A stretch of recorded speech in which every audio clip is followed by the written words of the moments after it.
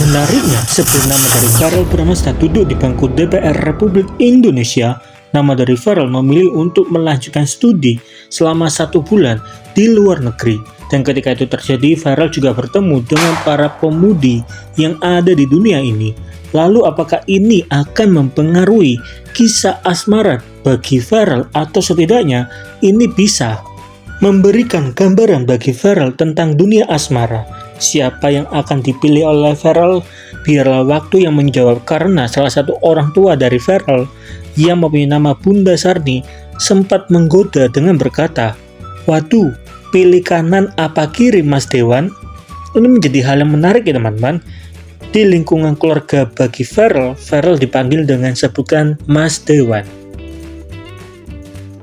Lalu apakah Verrel akan memilih putri? Biarlah waktu yang menjawab.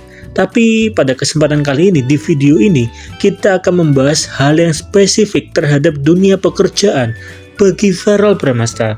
Di mana ketika Verrel memilih untuk melanjutkan studi selama 1 bulan, di sana Verrel mendapatkan kesempatan untuk melakukan impromptu ya teman-teman.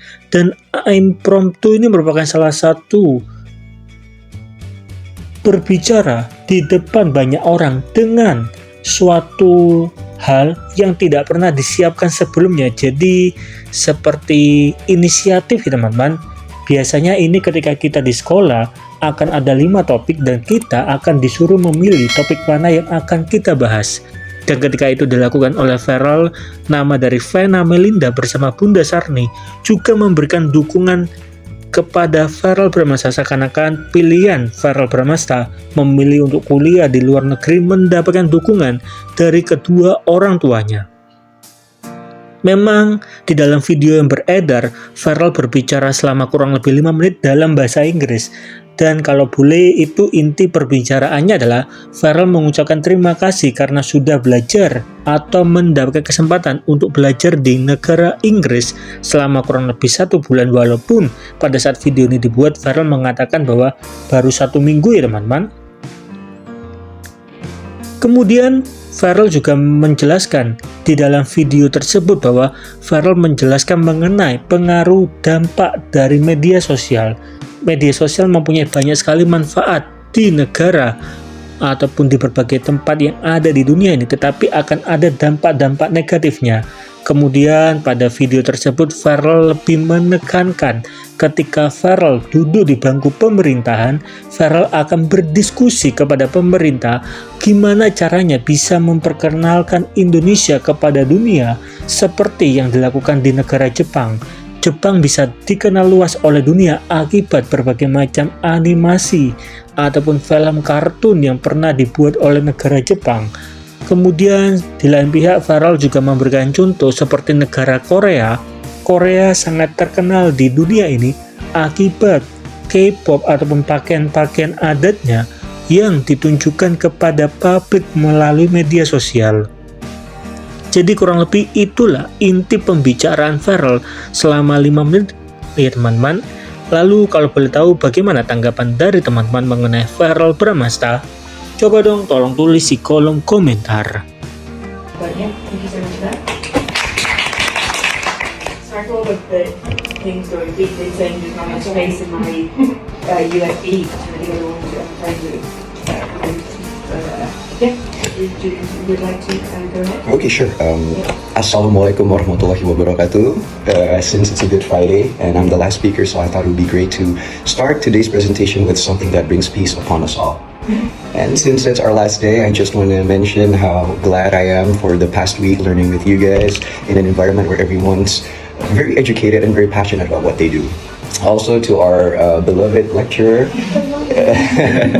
you are an intelligent, well-spoken, although you like to speak your inner thoughts, and you are passionate about your research and your studies. So as they say, that's the difference between try and triumph is a little and that's what you have.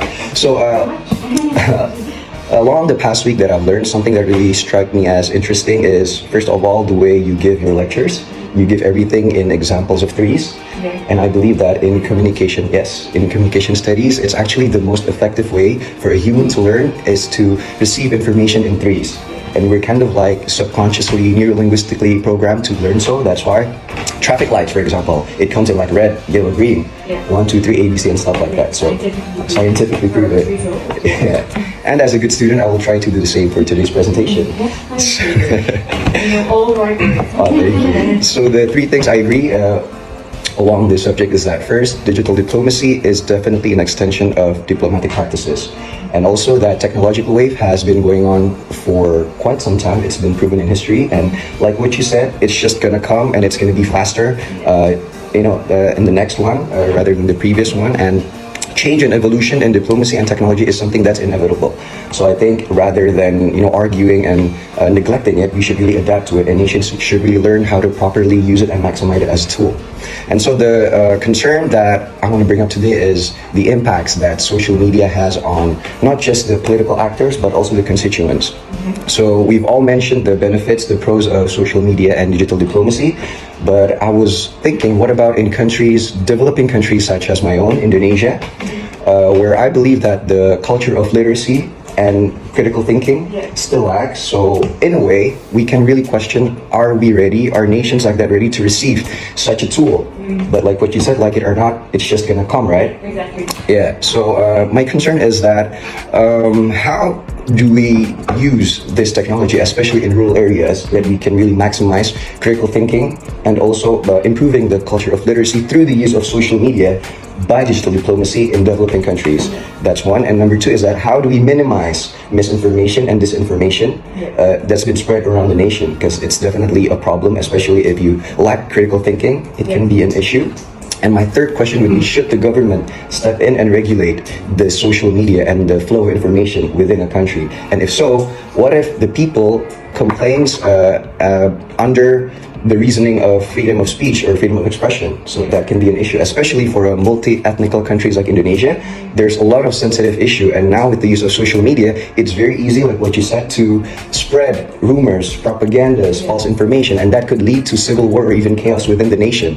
So I think that's a very important subject that I really want to study more. And also, just a footnote here, we talked about hard power and soft power.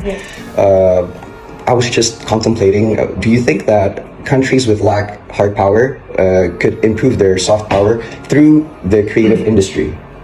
For example, and should the government help boost the creative industry in order to strengthen the soft power of a nation? Like, for example, after the bombing of Hiroshima and Nagasaki, the Japan used anime, which is a traditional animation, to introduce the culture of the Japanese, such as sushi, their lifestyle, through anime called Astro Boy. So it's basically about a robotic boy that lived because of the effect of the bombings. And also, if we look at recent days, we take a look at Korea.